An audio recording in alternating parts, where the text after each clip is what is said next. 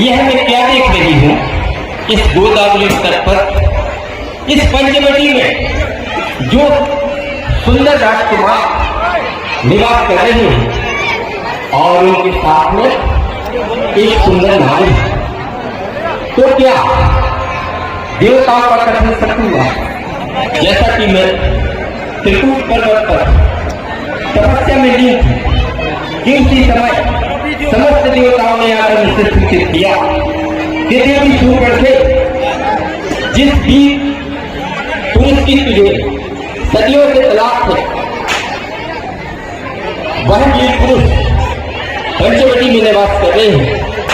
और मुझसे यह भी कहा गया कि तुम जाओ और उन तपस्वियों से बैल लेकर के सीधा लंका तक ले जाओ और संपूर्ण राक्षस जाति का विनाश कर दो, क्योंकि मेरे दुष्ट दुराचारी भाई रावण ने मेरे पति का वध किया था।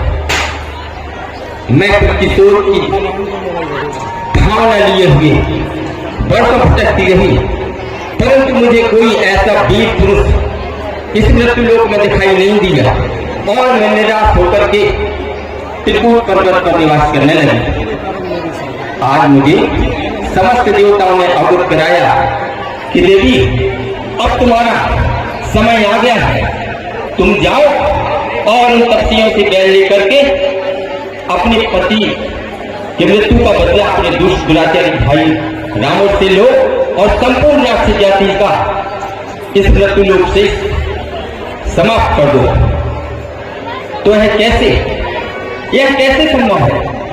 मैं इनसे बैल लूं तो कैसे लूं? हाँ,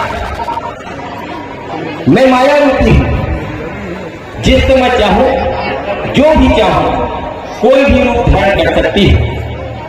मैं दानव कुल से हूं और हम दानव कुल की माया अर्धरात्रि के तहत 4 गुनी बढ़ जाती है। मुझे इस समय एक सुंदर स्त्री का भेष धारण करके, इससे भी सुंदर भेष धारण करूंगी और इन तपस्वियों के पास में जाऊंगी और विवाह का प्रस्ताव रखूंगी, क्योंकि मैं जानती हूं यह क्षत्रिय है और मैं विप्र कुल से हूं। यह मुझसे संयोग कदापि नहीं बनाएंगे। इनके बार बार इनकार करने पर और मैं बार बार इनसे हट करूंगी और विवाद की स्थिति पैदा कर दूंगी। यही एक सुलभ मार्ग है।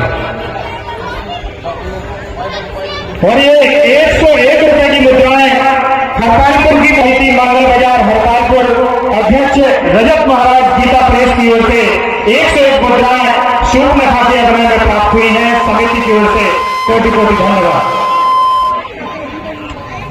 हे अखिल ब्रह्मांड नायक प्रभु श्री राम, मैं आप ही के आदेश से अनुसार इस पंचवटी में आई हूं और आप ही के आदेश के अनुसार यह कार्य करने जा रही हूं, क्योंकि मैं जानती हूं इसका परिणाम क्या होगा।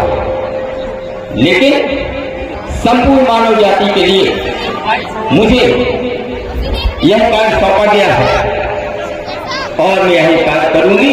मैं आपके पास आ रही हूं। जो भी मुझसे त्रुटियां हो, जो भी मुझसे गलतियां हो, हे भगवान